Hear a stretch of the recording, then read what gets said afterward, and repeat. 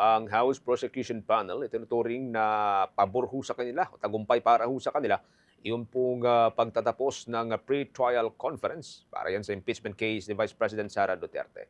Yan at iba pang mga report sa pag-uulat ni Bombo Angelo Aganan. Bombo Genesis Bombojay, itinuturing pa rin umano ng House Prosecution Panel na matagumpay ang 5 araw na pre-trial proceedings sa impeachment case ni Vice President Sara Duterte sa kabila na mabigo ang kanilang panig na mabuksan ang box mula sa Bureau of Internal Revenue na maaaring maglalaman ng tax record ng Vice Presidente at asawa nitong si Attorney Mans Carpio. Sa eksklusibong pagtatanong ng Bombo Radio Philippines, sinabi ni Lead Prosecutor Representative Jervil Luistro na nakamit ng prosekusyon ang pangunahing layunin nitong matapos agad ang pre-trial conference at maihanda ang kaso para sa pagsisimula ng impeachment trial sa Hulyo 6. Hindi rin aniya pinatulan pa ang mga isyu na inilatag ng kampo ng depensa upang hindi nito maapektuhan ang kanilang trabaho na mapabilis ang proseso ng pre-trial. Narito pakinggan natin mga bahagi ng pahayag ni Representative Jervil Luistro. Angelo po, Bombo Radio. Kung despite na hindi po nabuksan itong BIR box, masasabi niyo pa rin po ba na pumabor sa inyo itong pre-trial?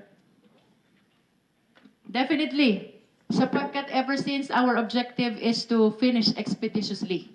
No?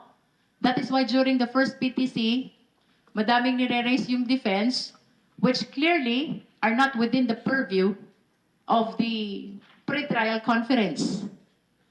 We opted not to engage with the defense with respect to the issues which are being raised, like the determination of 2/3 threshold, no? The allegation that we did not transmit all the exhibits and documents to the respondent. It was a clear position not to engage with those issues because our objective ever since is to finish this pre-trial conference expeditiously.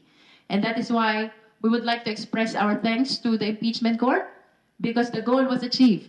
Because just today, the pre-trial conference has been terminated. Ugnay nito, Bombo Genesis, itinuring naman ng Representative Joel Choa na isa sa pinakamalaking hamon at nagpatagal sa proseso ng pre-trial ay ang hindi pagsang-ayon ng defense team sa common markings para sa magkaparehong dokumento na gagamitin ng dalawang panig. Nauna nang ipinaliwanag ni Luistro na mahigit 4,000 ang dokumentong may kaugnayan sa confidential funds ang minamarkahan ng prosecution. Dahil hiwalay na minarkahan ng depensa ang magkaparehong dokumento, umabot sa halos 8,000 ang kabuang markings na isinagawa sa panahon ng pre-trial. Ayon kay Choa, makakabawas na sana sa oras ng kanilang pagmamarka kung pumayag lamang ang panig ng depensa, ngunit na doble umanong trabaho ng pagmamarka kaya humaba ang proseso ng pre-trial. Narito pakinggan naman natin ang mga bahagi ng pahayag ni Representative Joel Choa. Well, unang-una, kagaya ng binanggit kanina ni Chair Jinky, dun sa marking of evidence, sa isang dokumento po, pwede naman po na both yung prosecution at saka yung defense, sa isang dokumento, pwedeng magmarkahan na parehas dyan para maka-save tayo ng oras. Pero pinilit pa rin po nila na magmarka sila ng sarili nilang dokumento, samantalang parehas lang naman ang nilalaman at content netong dalawang dokumento. So kung halimbawa yung pagmamarka ng isang dokumento tumatagal ng 5 minuto, nadodoble.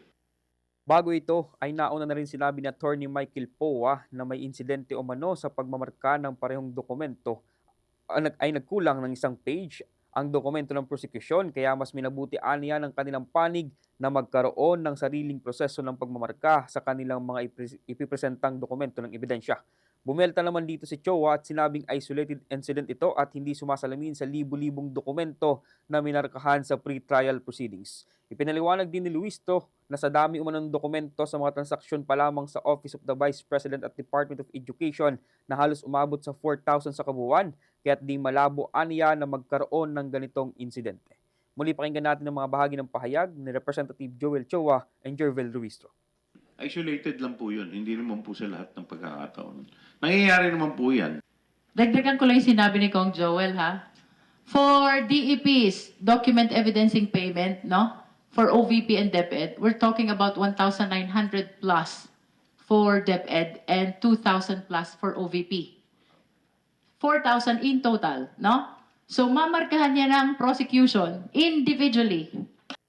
Sa huli, Bombo Genesis, pinasalamatan ng House Prosecution Panel ang impeachment court dahil sa naging papel nito sa pagpapabilis ng proseso sa kabila ng napakaraming dokumentong kailangan suriin at markahan.